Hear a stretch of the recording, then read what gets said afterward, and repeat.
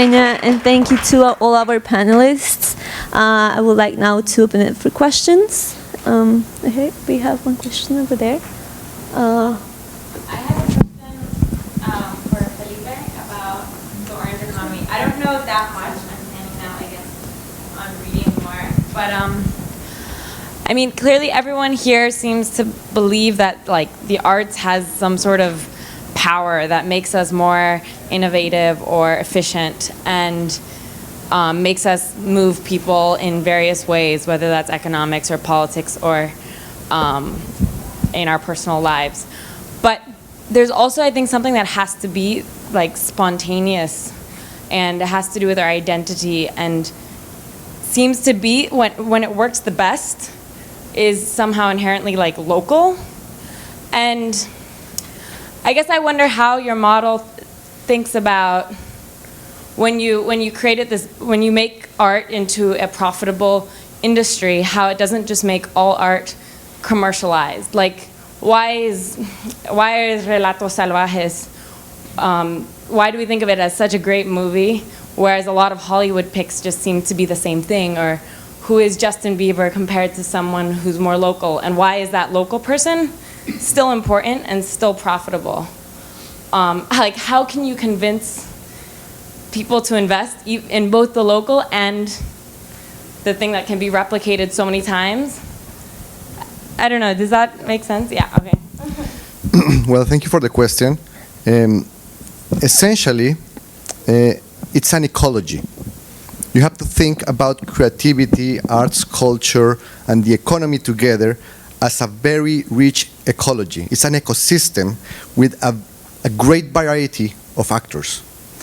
Many, I mean, if you think of a value chain for the economic part, the economic reflection of creativity, the one made by UNESCO says creation, then says production, then says distribution, and then goes consumption.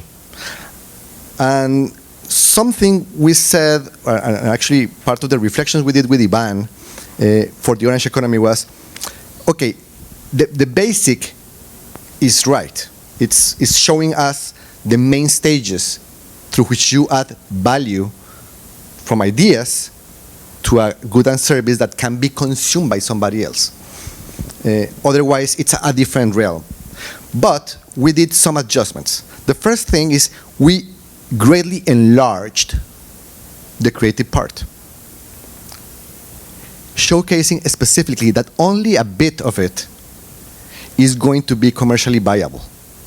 And then explaining people, you have to understand that there's no way you can know which ideas, which contents are going to get there. And you cannot even predict how people are going to react to a chain of events that makes something today totally relevant and tomorrow viral. So because we don't know, we just need to be aware of this greatly enlarged creativity triangle beginning. And that's the reason. I mean, you need to invest in the education for arts and culture and the education to appreciate arts and culture and so on and so on and so on for the same reasons you invest in science. There's no way you can know how the next important discovery is going to be generated. You know for sure that when you combine resources, dedicated people, people who are passionate about something good is going to happen. You cannot know when. And that's the thing, is you need to understand that this is a delicate balance.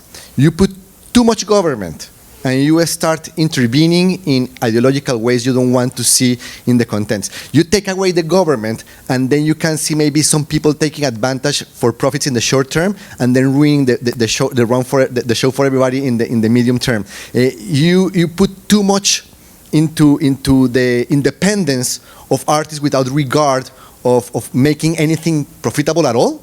And what you create is a very bad relationship between that sector and the community paying for the taxes that finance that system. So you need to find the balance, and the balance is always moving.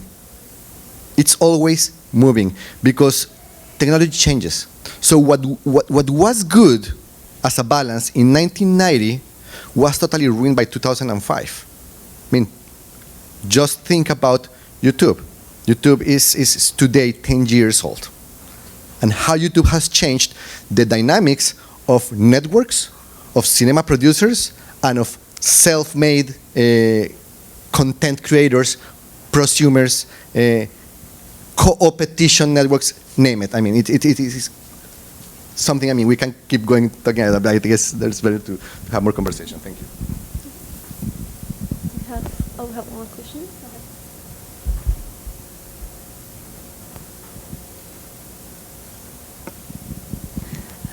Well, it's not exactly a question, but for Dr. Juan Piñón, you talk about this reglobalization, and well, I'm Brazilian, and on my point of view, I don't study television, but Globo used to do kind of that with other, not necessarily with US, sometimes with US, but with Europe, Asia, and Middle East in last times. And I just would like to hear more about that. And for Professor Richard Peña, I agree with you that our increased production is not so successful in quality, but I'd like to listen a little bit more about what you think about this production, and especially about the film festivals, Latin American. You prepared one for years, and not just of the Brazilians, but in general, because has well, I saw in US, I think a Cuban, a Dominican once, Argentinian, Uruguayan, in different times. But how is the audience about in New York specifically? Anyone can make a film, and the terrible thing about digital cinema is that really anyone can make a film. So what you have in many places, I mean, France this year might hit 300 films, which is just far more than even that incredibly cinephilic country can stand. I mean, you can't possibly release 300 films in even France. So because of that, most of those films will simply disappear or will never be shown. And, you know, just go to countries like Brazil or in Argentina or whatever, you know, a lot of these countries will just wind up on the shelf. Now, in democratic societies, there's nothing one can really do about it. You know, if you have the money and whatever, not all these films get government subsidy. People just make them on their own. So there's nothing you can do. But in fact, it does make the market that much more crowded in that way. In terms of the festivals you mentioned, I think one of the problems with a lot of the Latin American festivals, even in New York, is, again, there are too many. I mean, I was in Brazil last year, and I met with somebody from Ancine, which is the government film agency, and they spoke to me. They wanted advice. They really want to do a film festival in New York, and they wanted to get my advice. And I said, well, I'll give you my advice, and the first one is close down the 4 that already exist. And they said, oh, well, we're not sure we can do that. I said, well, then don't talk about it. You want to start one more? I mean, Brazil doesn't have enough films for 5 film festivals. You know, as much as we love to hate them, take a page from the French. The French do one big film festival in New York every year, and it's first rate. They bring in big stars, they advertise it well, and they show their best films. And they sell a lot of them. And they're like the army, you know. They come in and they do it right, you know. Brazil has 5 festivals or want to do 5 festivals. I mean, it's ridiculous. So these things cannibalize each other and nothing gets done. So I think a lot of the festivals that you mentioned, unfortunately, really become community events. Therefore, that community to come see their films. They're not to market films to the American public or to show them to distributors or to American critics. They become self-contained. And, you know, that's nice for what it is, but I don't think they're terribly useful for the filmmakers from those countries. Do we have one more question?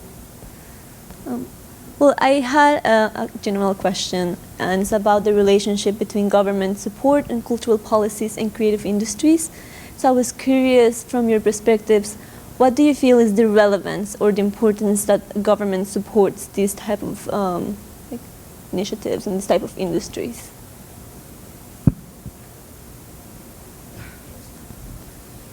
Well, this is a very complex issue, but the legislative process, just how to establish a policy, is very complicated. I mean, it's something that involves a lot.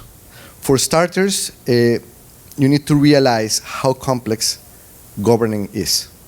It's not as simple as people tend to portray it in the media. It's really a lot of activity behind, and most of it actually is well-intentioned. The problem is everybody believes their own well-intention is the only right one, and that creates a lot of tensions. So just getting to a point in which you can sit together people to start thinking about policy and then how to project those policies into law is very difficult. In the particular case of Colombia that I know like firsthand, there's always, there's nothing more useful than a common enemy. Colombia today has been developing in a very consistent way new policies around film, new policies around creative entrepreneurship, new policies about how to coordinate the different ministries and agencies involved in the process of making, living as a creative possible. People tend to believe that's the responsibility of one sole agency. It's not. It involves a lot of people, half the government easily. So getting there requires something. In the case of Colombia, was the free trade agreement with the United States.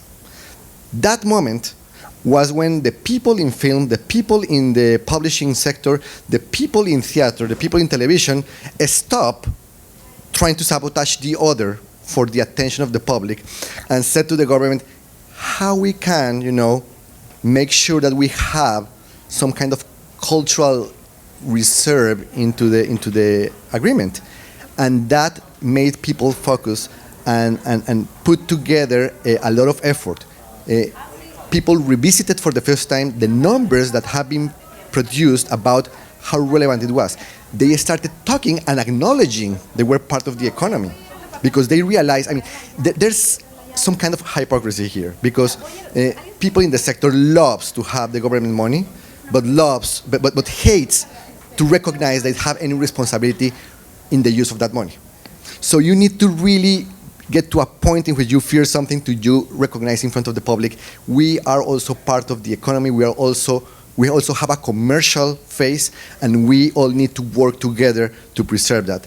You can see reflections of that in other places, like in Chile, now in Peru, increasingly in Argentina, at least the city of Buenos Aires. Mexico has always had so much money available for subsidizing culture that it seems like they don't need it, but they are needing it badly.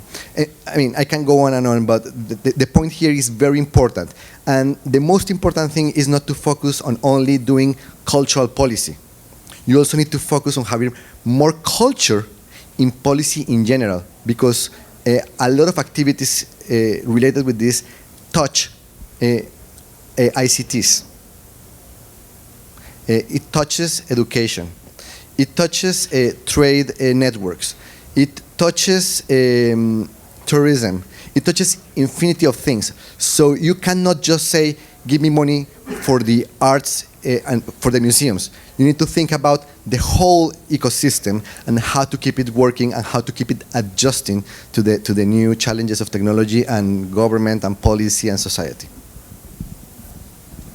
It's very hard to say. You have to really go almost case by case. Just take Mexico. I think if you look at government policies towards film in the 1930s, I think they were amazingly enlightened. I think, the Cardenas regime was fantastic. They really said, hey, film is something we've got to get into. And they put money into it. They supported productions. They realized this was a good thing for Mexico to be doing, and they made it happen. They helped create what became a major industry. Jump 20 years later, suddenly the government is stuck with, the STIC, the fourth largest union, that's the Union of Film Workers in Mexico, that's absolutely sclerotic, will not let new people in, refuses to allow, everyone in the world is making films on the streets with handheld cameras. Not in Mexico. They have to have huge crews and shoot in studios. Why? Because the STIC wants to employ as many people as they can on every film. So Mexican films look older and older and older, and everyone else is running past them because the government doesn't want to mess with one of the biggest sources of votes they have.